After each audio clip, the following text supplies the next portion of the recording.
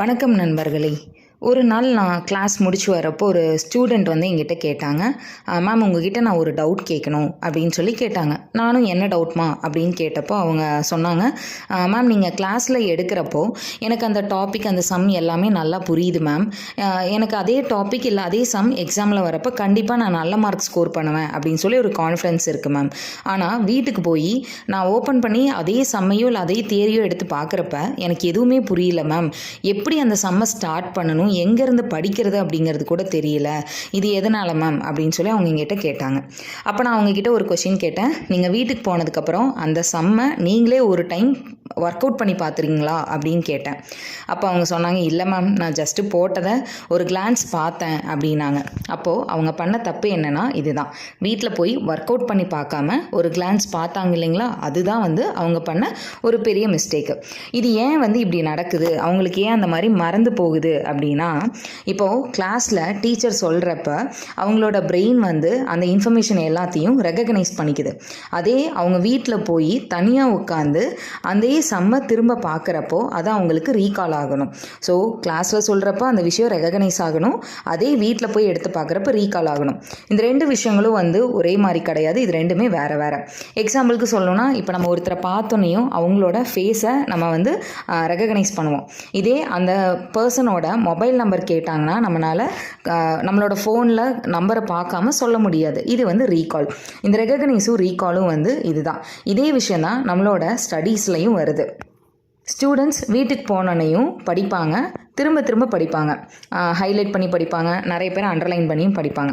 ஆனால் யாருமே book close பண்ணி வச்சுட்டு நான் படித்த விஷயங்களெல்லாம் எனக்கு ஞாபகம் இருக்கா அப்படின்னு சொல்லி அவங்களே டெஸ்ட் பண்ணி பார்க்குறதில்ல. அவங்கள பொறுத்த வரைக்கும் ஓகே நம்ம படிச்சிட்டோம், நம்மளுக்கு எல்லாமே வந்து ஞாபகத்தில் இருக்கும் அப்படின்னு மட்டும்தான் நினைப்பாங்க. இதனால தான் அவங்களால எக்ஸாமுக்கு போனோன்னையும் ஃபுல்லாக 100% வந்து எக்ஸாமில் ப்ரெசென்ட் பண்ண முடியறதில்ல. இப்போ இந்த மாதிரி கிளாஸில் எடுக்கிற விஷயங்கள் உங்களுக்கு மறந்து போகாமல் இருக்கிறதுக்கு நான் வந்து ஒரு 4 டிப்ஸ் வந்து உங்களுக்கு சொல்கிறேன். ஃபஸ்ட்டு டிப் பார்த்தீங்கன்னா 10 minutes ரூலு.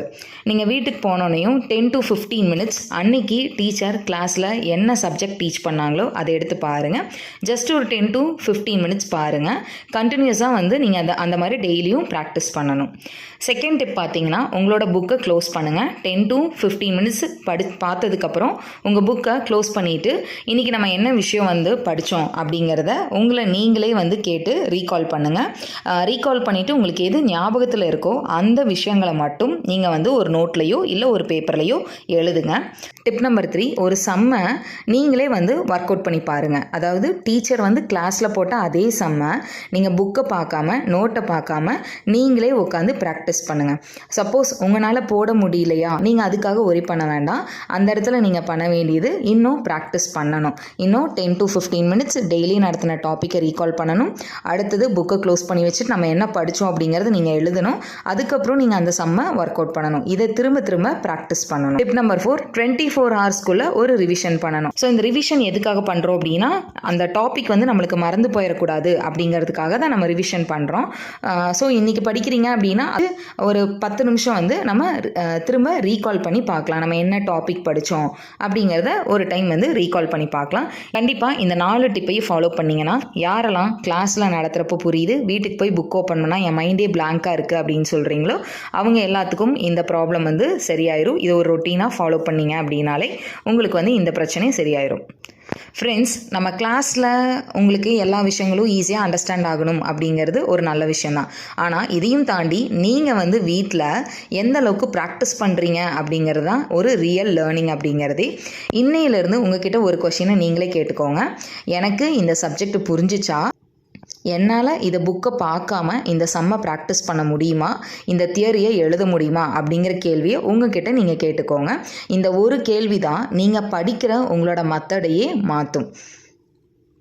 இந்த வீடியோ உங்களுக்கு பிடிச்சிருந்துச்சுன்னா உங்கள் ஃப்ரெண்ட்ஸ்க்கு ஷேர் பண்ணுங்கள். தேங்க்யூ ஃபார் வாட்சிங் த வீடியோ.